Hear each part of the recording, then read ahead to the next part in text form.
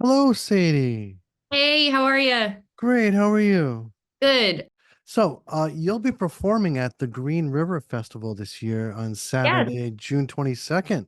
Is this your first time at Green River? I think so. Yeah. Oh, wow. I imagine that I was hoping that you would have been there sooner. I've only been going for like the past 8 or 9 years, but Yeah, certainly a lot of friends have played and the lineup's always excellent. If I'm not playing a festival, I don't tend to go. Not for any reason other than, I'm probably playing some other thing. So it's great that I get to finally go this year. I'll probably go up a day early and try to see Cake. oh, yes. They have a great lineup this year. Green River Festival is always my favorite. It's just like the perfect size. It's not too big. Got plenty of nationally known bands as well as local artists as well. This is going to be a good one. Yeah, it seems like it'll be excellent. We're all looking forward to it. You released your album Rabbit Rabbit last year. Is there a song from that album that stands out, one that kind of holds a message or tells a story that you've been wanting to share? Yeah, I mean, the one I was most excited about in the writing and recording process is called Cry, Cry, Cry. Um, it's just a very different sense of arrangement and composition for me, even before we took it to the full band. And I just love how everyone's playing and contributions came together in the mix at the end of the day. So I was very excited about getting to play that one live. But we're pretty good about cycling through, at least when an album's new, we play everything from it and we alternate sets every day. So it's not like any song from the record has kind of gone unexplored.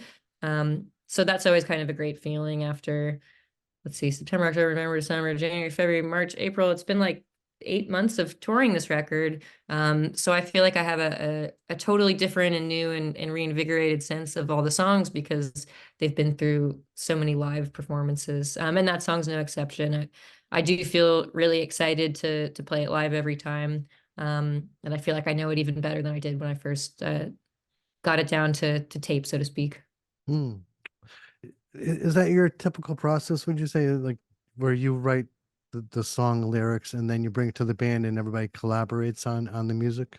No, that's not quite how it goes. I tend to do all the music first at home, and then I do lyrics, and then I bring that to the band, and we sort of see what parts of what I wrote someone else might play, or what they might add to, or Hmm. uh, maybe I'll, give the part, a guitar part I wrote for myself to Andy, and I'll play something different that he wrote, or we kind of go into it from there. But we start from a pre-production and composition template that's basically just me alone. It all comes out in the end sounding great. Thank you. But I yeah, I can't write lyrics first. In fact, I'm working on a project today that's I'm doing some music for a podcast, and I sort of do these projects sometimes, which I really like, and they wind up very different because I have to write about uh, what the show is about and sort of use the words that come from the creator, and then try to do music to that. So I'm very unaccustomed to having the words and the concepts first and then trying to fit music to that. So that becomes a fun, different challenge, but it's sort of outside of how I do things in Speedy or in my solo stuff. mm. You released your second book, Cry Perfume, in 22.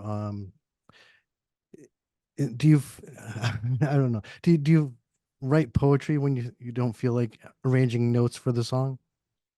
Well, they're Or is it a completely Yeah, there's different such type of different writing? processes because if I write lyrics, I'm generally writing to music I already wrote, and that kind of holds your hand in a way. You have a sense of what kinds of words will sound good where, and you sort of already have melodies and passages that you just need to fit the words within. And then for poetry, I really am not. I'm just starting at a blank page and letting the words provide their own musicality and rhythm and melodic sense, but and artistic, spatial sense because you're looking at it on a page as well. So they feel like very different practices for me. Um, and in fact, they are very different. On Rabbit Rabbit, did you try anything different that you just kind of felt right at the time that you haven't done before? Um, well, a few things were sort of different, but I would say more evolutions of what would make sense for that project.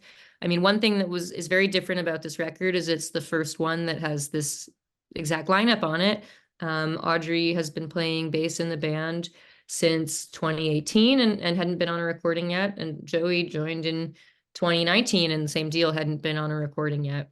Hmm. So although I always make the demos myself and sort of write drum parts and bass parts and whatever else myself, I was very much thinking about the two of them as players when I was working on the demos. And I was coming out of a period, I mean, I wouldn't say I was coming out of it. We were all in a period of lockdown still when I was making these songs. So I hadn't gotten to play with my friends in a couple years, and I really wanted to write things that they would have fun playing. So I was thinking about what I know Audrey likes to do on bass, what I know Joey likes on, in a drum performance, and sort of writing with them in mind, which is not necessarily what I've done in the past. I've sort of just made demos as their own thing. And another thing that was sort of different for us is this is the first time that Speedy has gone very far away to record. And that was also sort of a byproduct of the pandemic. We wanted to be in a residential studio where we could isolate and be COVID safe. So we wound up going to Rancho de la Luna in Joshua Tree, where a lot of, I'm staring at one of their matchbooks right now, actually on my desk here. A lot of our favorite things have been recorded there. Mark Lanigan, the Desert Sessions, Kesha has worked there, just about, so many different kinds of things that we love the sound of came out of that studio. So we went there and we lived there for the period of time where we were working. That was a new and really beautiful experience. And then we went and mixed at Sonic Ranch, a similar kind of situation. It's a residential studio in the desert, but this time outside of El Paso.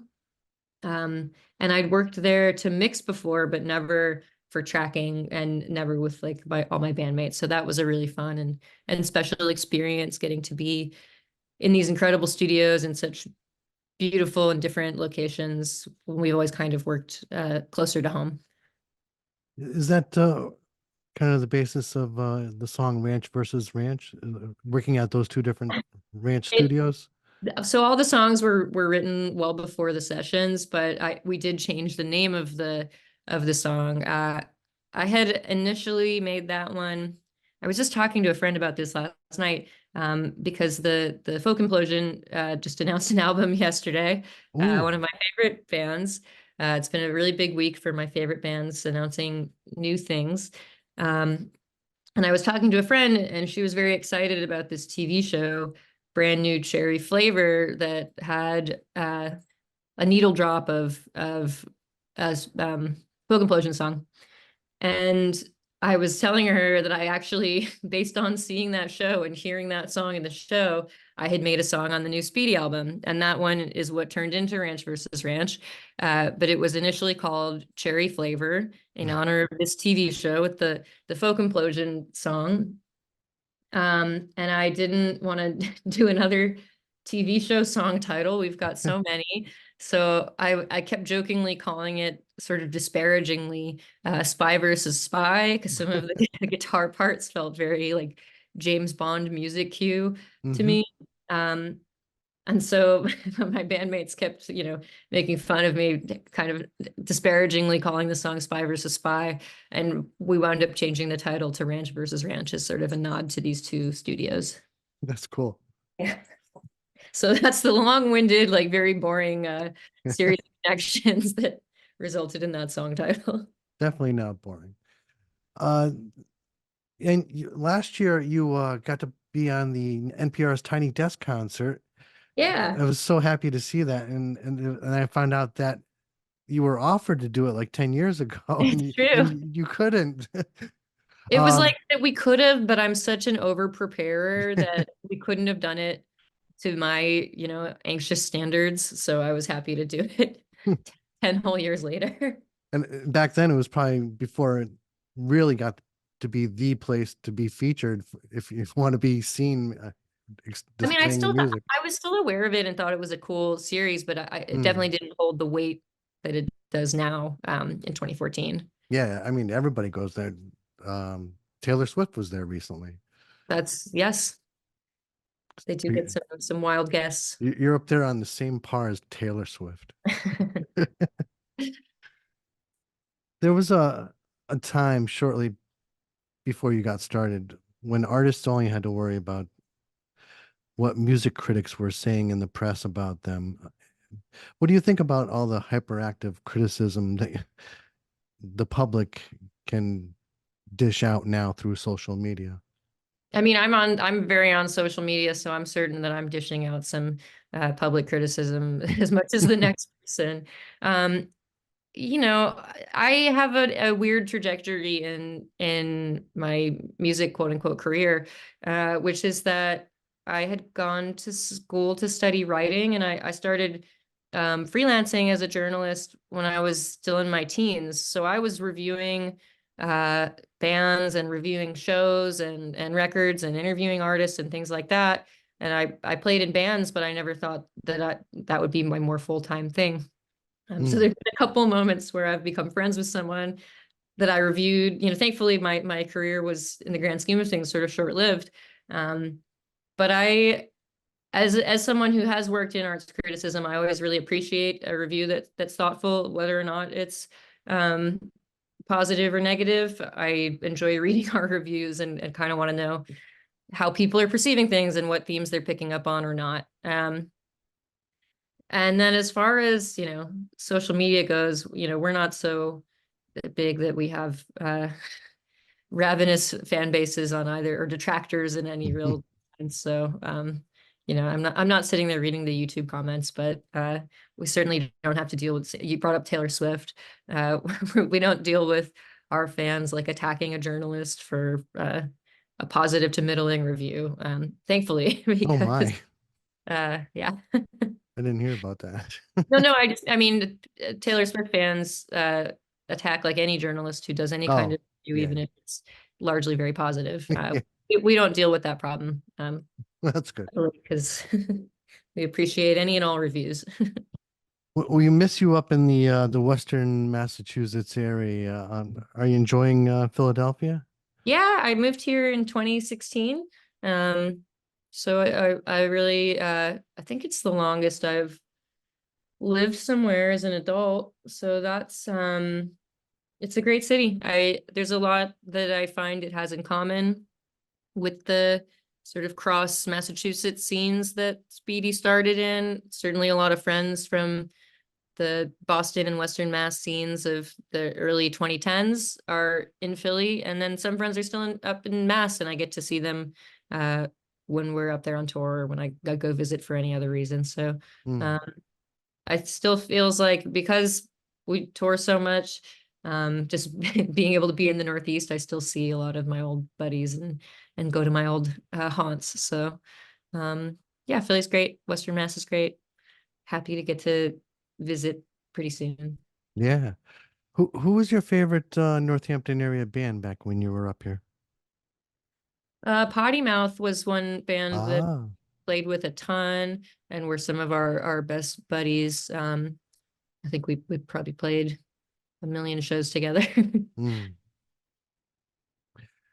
We're our radio station's in Willimantic, Connecticut, Yeah. Eastern Connecticut State University, and Mhm. I noticed on your merch on Bandcamp you had some hot sauce or something from We did. a company, the Dragon's Blood Elixir in Yep. Willimantic. That's very true. Did Yeah. you ever get a chance to taste that? Oh, I mean, did I ever get a chance to taste it? I have been a huge fan of that particular brand of hot sauce since like 2009, 2010 maybe. So I used to work at a summer camp in the northwest corner of Connecticut, which is also where my mom lives. And we went to a bluegrass. I ran the music department. We took the kids to a bluegrass festival, and some food truck, like pizza truck or something, was serving Dragon's Blood Elixir. And I tried their hot sauce and became obsessed. So I've been ordering from them online for over a decade.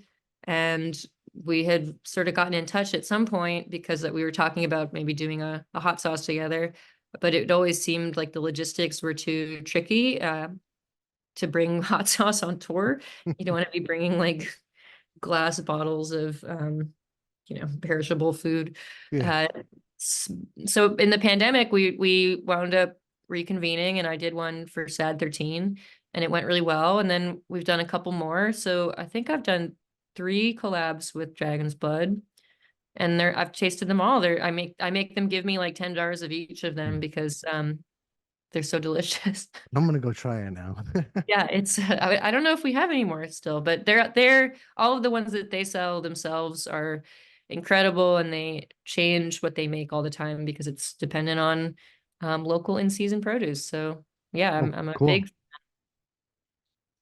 I love the story I heard about your father suggesting to the Rock and Roll Hall of Fame to do a ceremony each year. I've yeah. been a few. Did you finally find out? I heard you were there and you were kind of asking around. Oh, did they know him at all? No, they absolutely don't. What so this is always the story my dad says is that this was his idea and he never got credit for it. Um and yeah, there's nothing in the record book, so it's just I have to tell the story It's to still a keep great his story story. alive. So, But and yeah, he worked in a bunch of public access TV capacities and had been involved with broadcasting Broadway shows for pay-per-view for a little bit. He had a couple of like interesting forays into televising things that were previously untelevised. So it's not outside of the realm of reality that he would have been part of this, but he's not formally credited anywhere. sounds like something a dad would Other say. than people on Twitter who try to tell me I'm a Nepo baby, which is very funny. But And you were there at the Rock Hall. They asked you to donate something for a Women in Rock exhibit. Is that true? exactly, yeah, I haven't gotten to see the exhibit yet, but I did go drop off this. It's a Moniker Anastasia guitar that has sort of been one of my primary touring and recording guitarists for the last few years. It's shell pink. It's got this crescent moon cutout and these beautiful pearl inlays. It's just a tremendous instrument. I've been very afraid to tour with it because it's irreplaceable. The company that made it doesn't exist and it's one of a kind. Ah. And the headstock says Sad 13 on it. So if someone tried to sell it, hopefully I'd get alerted. But I just if you couldn't guess, I'm a very anxious person.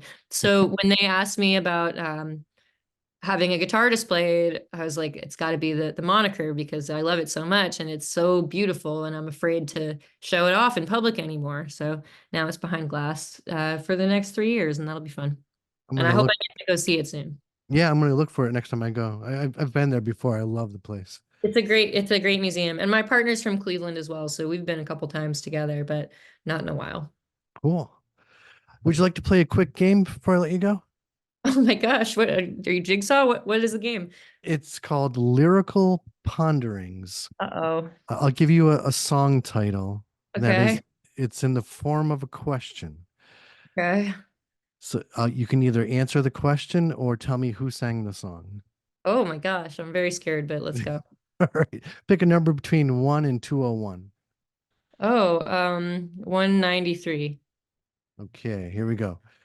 193. How much is the doggy in the window? What, the one with the waggly tail? Yeah, that one. Yeah. Who sang that song? I have no idea. That's Patty like, Page.